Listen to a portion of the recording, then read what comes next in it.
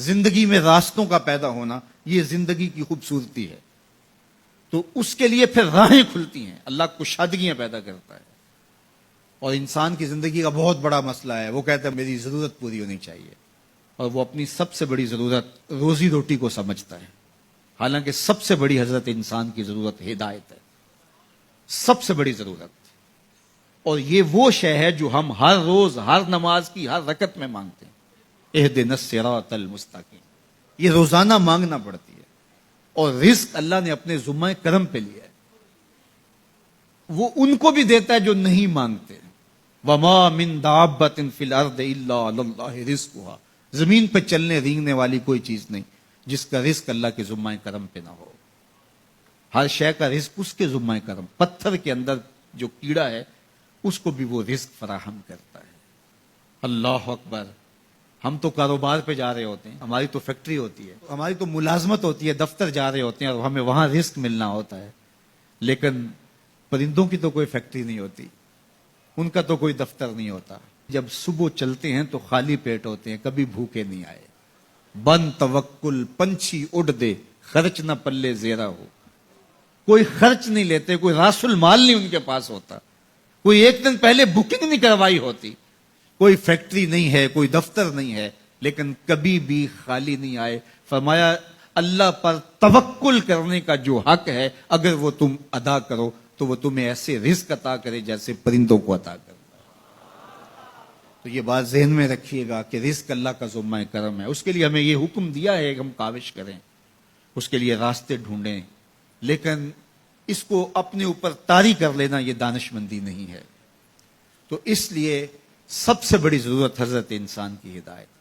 اب اگر تقوی اختیار کر لے بندہ تو پھر یہ سب سے بڑا مسئلہ جو انسان نے خود سمجھا ہوا ہے یہ خود بخود حل ہو جاتا ہے. وَمَن يَتَّقِ اللَّهَ يَجْعَل لَّهُ مَخْرَجًا.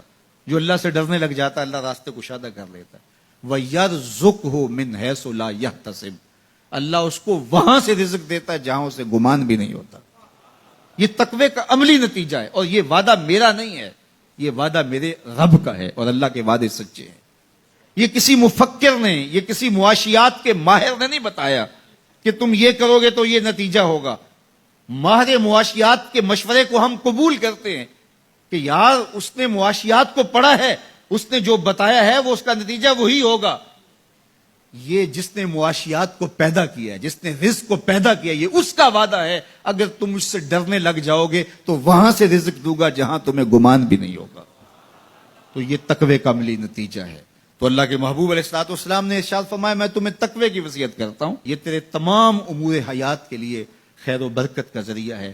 تیری زندگی میں جمال پیدا ہوگا، حسن پیدا ہوگا، تیری دنیا بھی، تیرا دین بھی، تیری معاش بھی، تیری معاشرت بھی، سب میں خوبصورتیاں آ جائیں گی اگر تو اللہ سے ڈرنے لگ جائے گا. جو اللہ سے ڈرتا ہے پھر وہ کسی سے نہیں ڈرتا. اور اللہ سے ڈرنے اور اللہ سے محبت کرنے اور تقوی اختیار کرنے کا نتیجہ یہ ہوتا ہے کہ انسان پھر لا خوف علیہم ولا ہم یحزنون کی عملی تصویر بن جاتا ہے.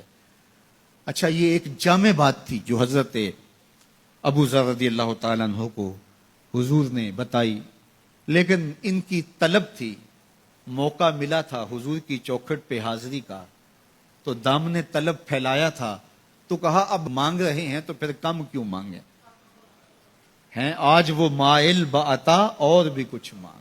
تو آج پھر جھولی پھیلا لی اور کہا زدنی یا رسول اللہ صلی اللہ علیہ وسلم، حضور یہ تو عطا کیا لیکن مجھے کچھ اور بھی ارشاد کیجئے، میری جھولی میں کچھ اور بھی ڈال دیجئے.